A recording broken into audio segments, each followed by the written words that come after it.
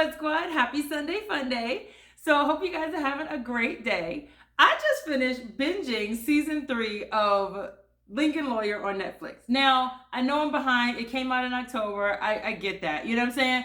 But I was just a little bit behind. But I just finished watching the whole season of Lincoln Lawyer, and I really, really enjoyed it. Like, this is the kind of show that me and my mom would have loved to watch together. And on top of that, she was a reader. Like, actually, Connolly was one of her favorite authors. So she read the whole Lincoln Lawyer series. So I know she would have loved watching this show. So I want to find out from you guys, are you readers? Like, are you guys readers as well? I'm not a huge reader. Partially because my mom always told me that the books are way better than the TV shows. And I just prefer watching the TV shows. So I don't want anything to ruin it for me. You know, I don't want to just not enjoy it because it's missing something that I think should be, or that was in the book. So, like, I'll give you an example. My favorite movie of all time is Jurassic Park. Just the first one, the first Jurassic Park. And I watched the movie first, and then I read the book. And I remember thinking, where were the pterodactyls? Like, that whole scene with the pterodactyls in the book Jurassic Park, I was so mad once I read the book, and I was like, dang, I would have loved to see that in the movie. Now, of course, they show up later in, the Jurassic World series and, so on and so forth. Later in the franchise, as CGI has become a little bit more advanced. I understand kind of why they would have had trouble figuring out how to do that in the original one. But I'm like, yeah, I would rather watch the TV show or the movie versus reading the book. I just like it that way, personally. So I just want to find out from you guys if you are readers as well as TV and movie people. Just, if that's a thing for you too. So anyway, speaking of, back to the actual show, Lincoln Lawyer. So I finally, like I said, I've just finished watching season 3. And I really like the characters, the way that they're portrayed. I like the actors that are portraying the characters in Lincoln Lawyer. So speaking about season 3 specifically, this is an overview of the season. So we're introduced to a character named Glory Days. Side note, that same actress plays in Tracker. Have you guys been watching Tracker? We'll talk about it. Anyway, so Tracker on CBS, so we'll be talking about that too. But anyhow, she plays a character called Glory Days, or Gloria Dayton, who was I don't know well, you know what I'm saying. Anyway, point is, she was murdered at the end of season 2. Now, she was one of his clients and had helped him with a couple of different cases, as we saw in season 2, and then in season 3, she turns up dead. And so he is, of course, shocked to find out that she's dead. But the person accused of killing her actually reaches out to him because she suggested it. She said, if you're ever in legal trouble, you should reach out to Mickey Holler. And so that's how season 3 begins. We've got Glory Days, who's been murdered, and then we have actually, and I don't want to use the term pimp because he wasn't necessarily her pimp.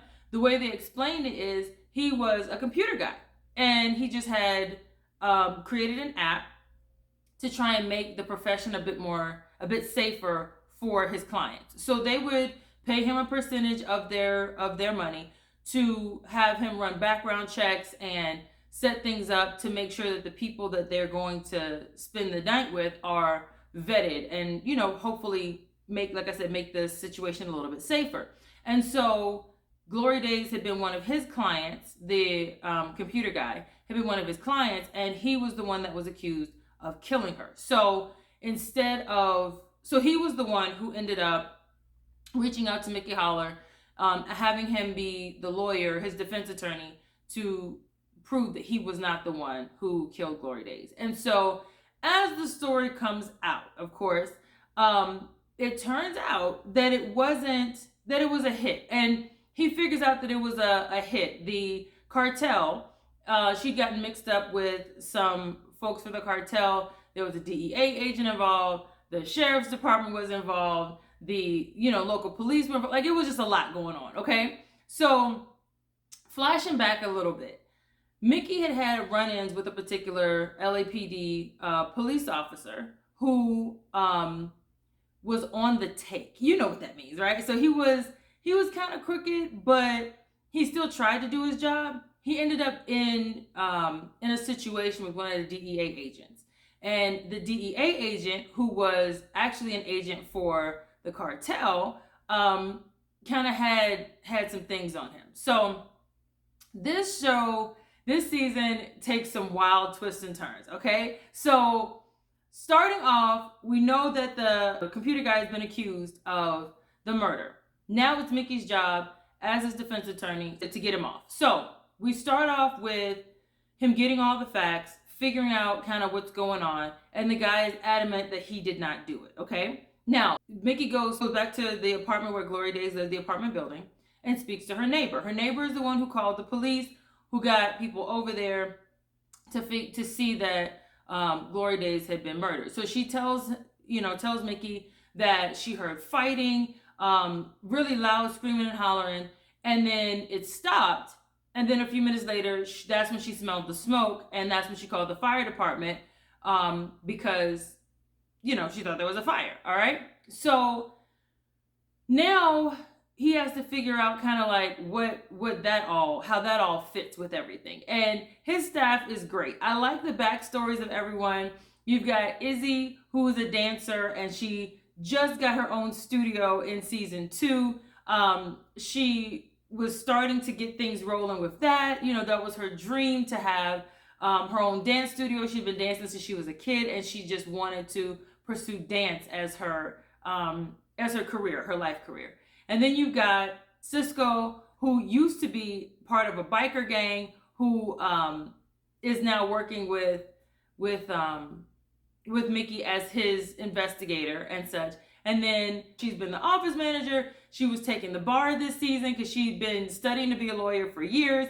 And she's married to Cisco, who's the investigator. And the dynamic of the office is just really cool. They all support each other. It's like this little family. And it kind of makes me miss a little bit going into an office every day and having that whole little support system and that little family dynamic, all your friends and such. So, but anyway, moving on. I appreciate how they play to each other's strengths. Mickey is obviously a think outside the box kind of lawyer, right? So when this guy claims to be innocent, regardless, his job is to help him. And because he was close with Gloria Days, he starts off with basically not wanting to be played. If you tell me that you were there, because he was there was evidence of strangulation, and he, the computer guy, there was evidence of strangulation in the autopsy of Gloria Days. The computer guy admits that when he was there and they were arguing, he did grab her around the neck.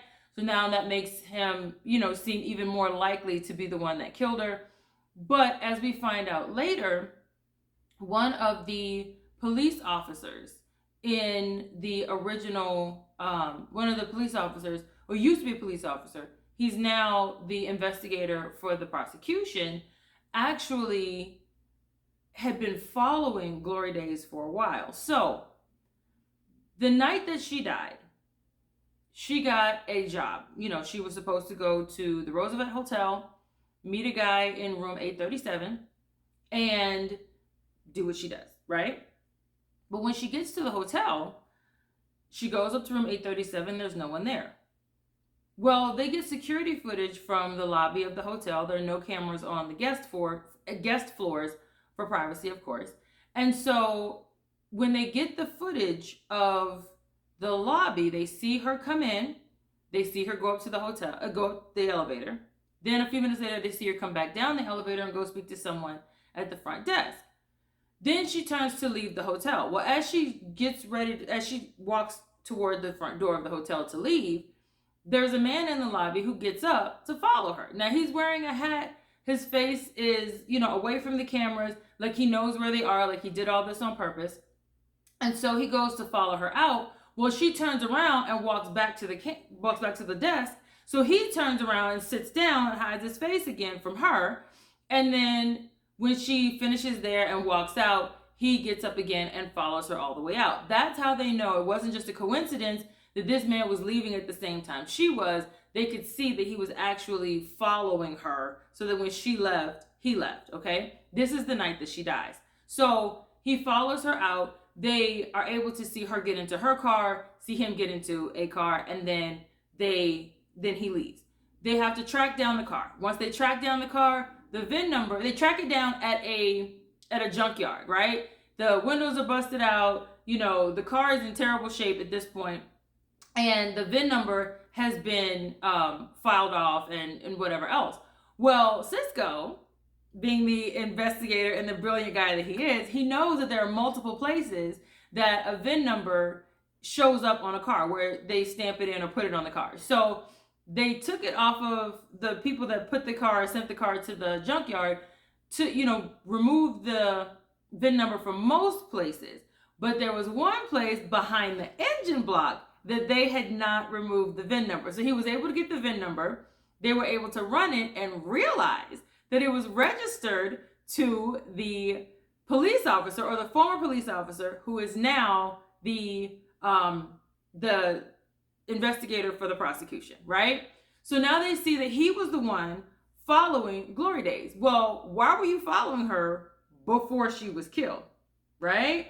What's going on? So now they've got to do a little bit more digging, right? Now, in the meantime, Izzy, who finally has her dance studio, this is background on the characters, who finally has her dance studio, who's been working part-time at the office. She used to be the driver, used to be Mickey's driver, right?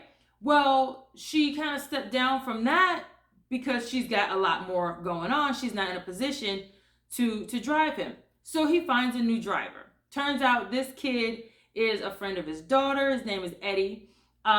Cute guy, very into health. He's, he crochets, like all this cute little stuff. And he ends up being his driver. He's also got a black belt in one of the martial arts and whatever else. And so he ends up being his driver. Well, as Holler gets closer to figuring out what's going on, he realizes that the reason this guy was, the investigator, was following Glory Days is because he was told to do so by, we're trying to figure out who, right? He was told to do so, right? So now we're trying to figure out what else happened that would have made her a target, okay?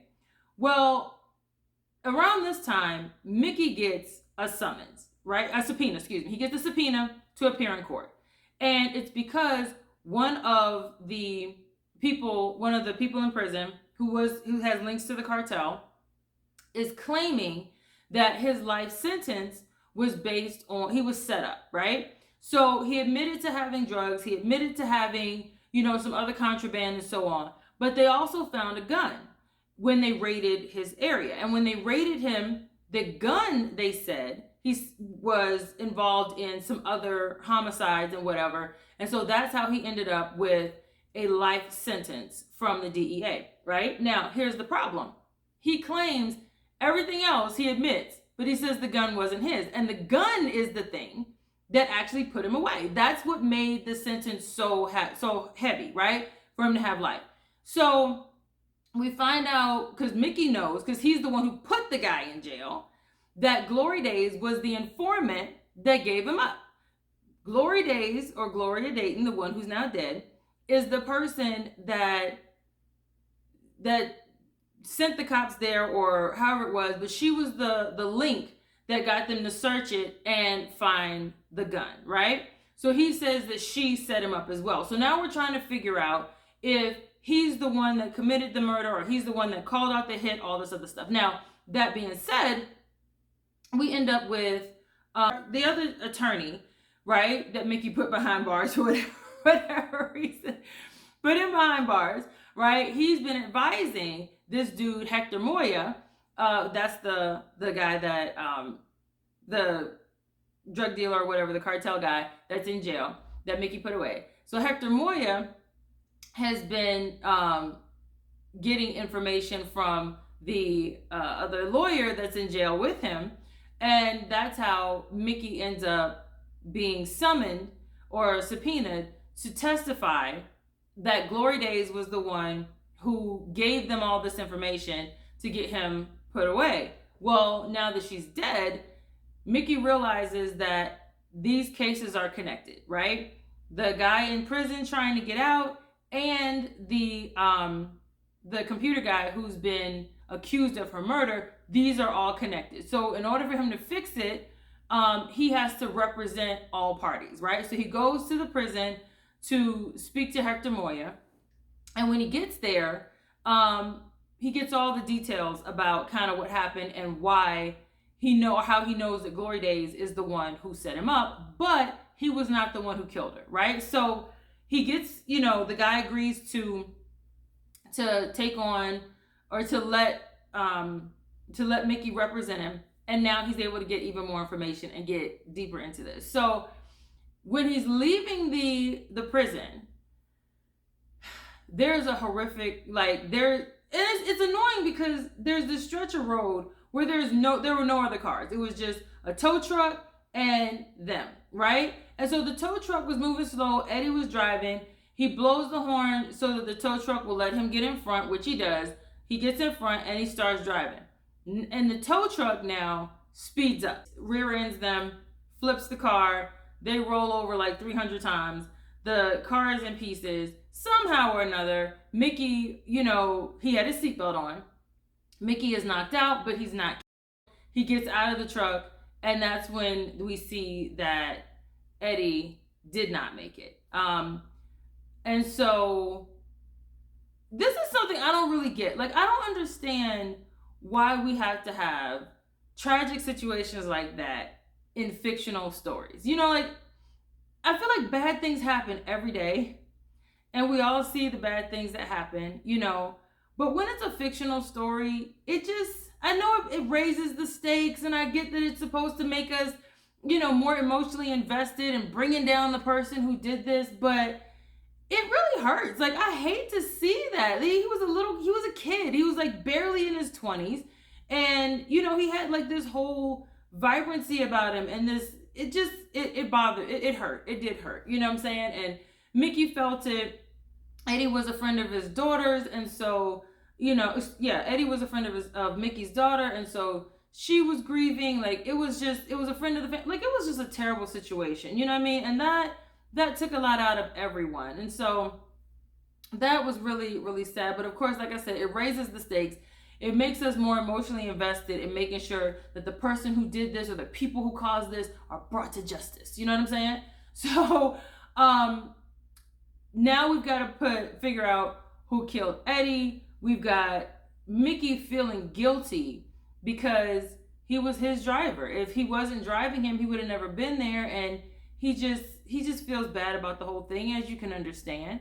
And now we've got to figure out. Now we've got two more got another body on this whole situation. What is going on? So as we get further into the story, now we realize.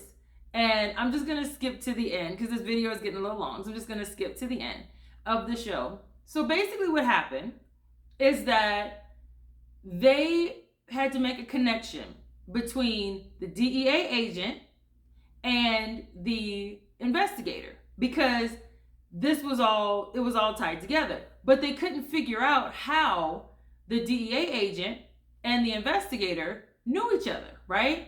So as it turned out, the investigator, who used to be a cop, was in the drug division or whatever. He caught a murder. It was a double homicide that was a hit by the cartel that he was assigned to. And there were no leads. They didn't know who did it. As you do, right? But the DEA agent came to him. Now this was 10 years ago. The DEA agent came to him and paid him to leave the crime unsolved, not to do the work, just to leave the crime unsolved. And so he did, right?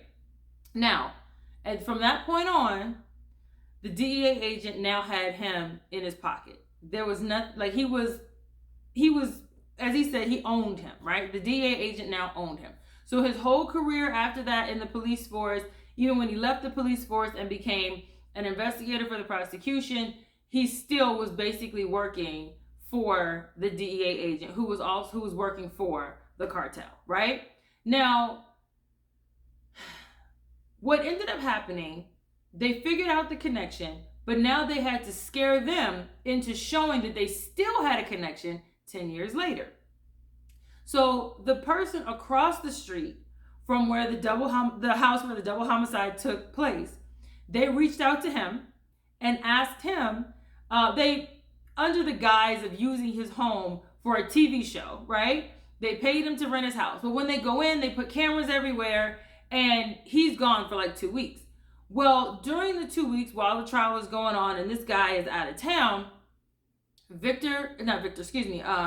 the DEA agent and the police officer, DEA agent and the now investigator, go to the house to meet with this guy. They go together.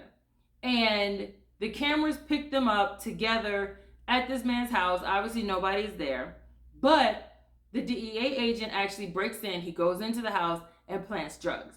And the camera picks up the type of drug that it is. The little packet of cocaine has a particular emblem. It's a blue star on the little package. So that is able to be traced back to the cartel that actually distributes that. And that's how they know the DEA agent is on the take from the cartel. But then they also have footage of the DEA agent and the investigator together now to show that they still have a relationship 10 years later, right? So that actually is where the break. But now they have to figure out how to get this information admitted. And so he has to get the DEA agent on the witness list. He has the investigator on the witness list, and the judge has to approve all of this, right? And of course, the prosecution is objecting. He doesn't know the whole story, but he's objecting to have have them as part of the witness list because he really feels like it is irrelevant, right? Well, now that they have this footage,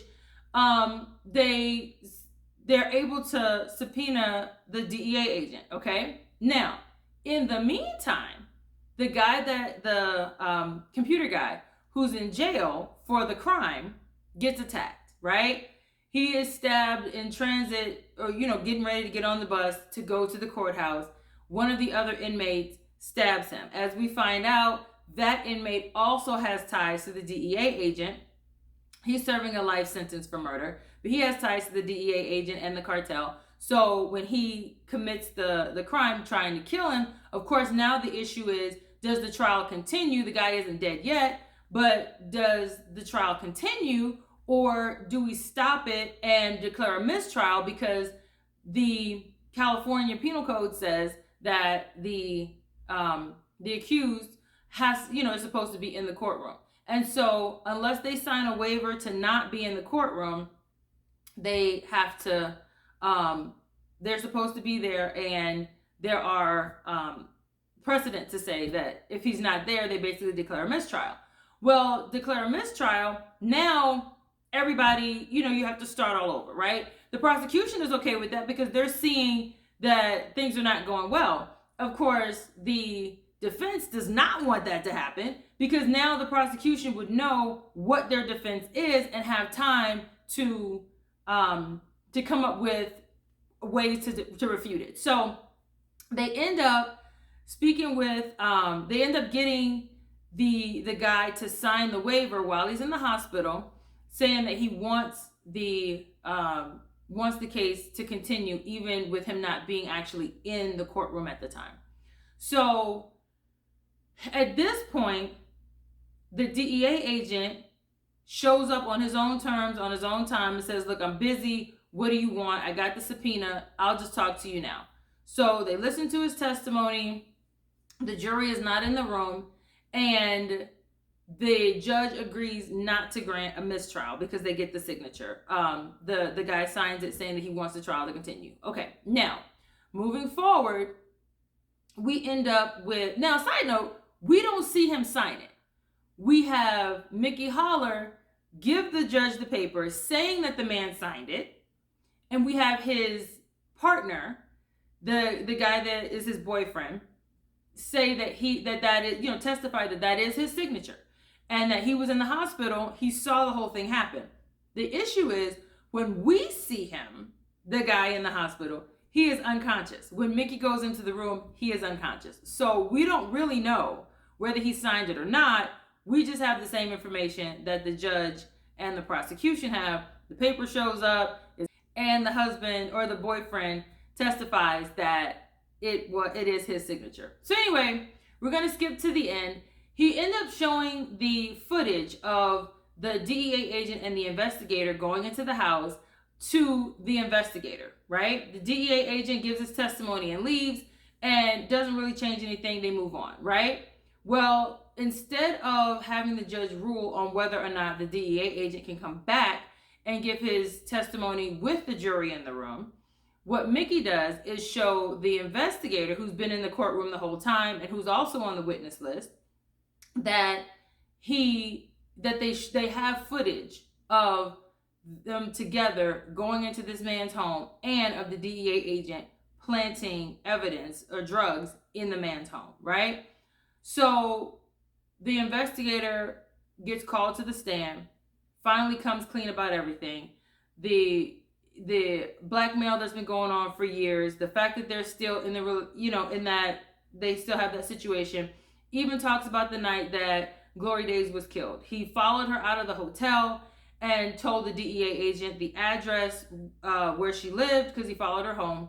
DEA agent shows up. He did see the computer guy go in, sees him leave. The DEA agent comes in, gets there. He doesn't go in the front door. He goes around the back because there were no cameras. He did not see him enter the home. But after Glory Days turns up dead, he asked him if he was the one who killed her. He told him no. But he said that when he got there, she was already dead. And so he set a fire to get rid of any evidence that he was there or whatever. And Mickey asked him, did you believe him? And he says, I wanted to. And he asked him again. And the investigator said, no, he didn't believe him. Now, during this time, during halfway through his testimony, the judge asked the jury to leave and then asked the bailiff to take the investigator's gun. And so he takes his firearm or whatever. The investigator tells her, I also have a pocket knife. And the judge is like, the pocket knife won't be a problem. She says, okay. She asked if he wants counsel present. He said no. And he finishes his testimony. After he finishes his testimony, basically exonerating the defendant as not having anything to do with it and implicating the DEA agent in the murder, he pulls out another gun, like a gun that was in an ankle holster, and he ends his life. So he says, tell my son I said I'm sorry, and he ends his life. And we know, well, I assumed obviously that the judge had the bailiff take his pistol, because his original, like his service weapon, because she knew that this was probably going to happen. So I did feel sorry that he ended it all and whatever else. But of course, once he gave his testimony, he was basically a dead man anyway, because the cartel would have done the same thing, basically. So anyway, long story short, long story long at this point, the charges against the computer guy are dropped. So Mickey wins the case. Now it's a matter of him being compensated for all of the corruption that put him in jail, him being attacked while he was in jail and whatever else. So that's another, the government does agree to, or the agents involved, right? Whoever is the one that makes the decision, the agency that makes the decision about that is, they do decide to settle out of court and to give him, we don't know how much, but it's obviously a lot of money because everybody's excited about it. And then they go ahead and Mickey says, let's just take the rest of the day off. They go out to celebrate. They're having a great time. As we know, she passes the bar. They decide to, Izzy, who is the dancer, decides to stick with working for Mickey because one of her good friends actually ends up getting hurt. Now, she is a recovering addict, and so Izzy is a recovering addict, and so when she sees her friend get hurt, who's also a dancer, and has to take pain meds and so on, she realizes that as she's getting older, even though this is a passion and it's her first love, the odds of her being able to stick with it long term, and not incur some type of injury and not be put in a position where she could relapse are pretty slim. So she doesn't want to put herself in that situation, but at the same time, she needs to be able to support herself, and working part-time at the law firm isn't going to do that. So she ends up, Mickey ends up offering her the office manager position, since the other lady she passed the bar and she's actually a lawyer. So they're working together on cases and she's taking on different responsibilities. They need an office manager because she can't wear that hat anymore, and Izzy's the perfect one for the job. So it all works out, you know what I mean? So now they're all, after the case is over and the computer guy has been compensated for the false accusation and all this, they go to lunch, and they just spend the day, you know what I'm saying? They take the day off, they just spend the day celebrating and talking about next steps and planning for the future and whatnot. And Mickey says he's going to take about a week or so off to decompress and, reset. So he leaves. He's driving down the street in his blue convertible Lincoln, really cool car, and he's just in a great mood. Well, he gets pulled over. And the cop that pulls him over, he assumes this is retaliation for everything else that's going on, whatever.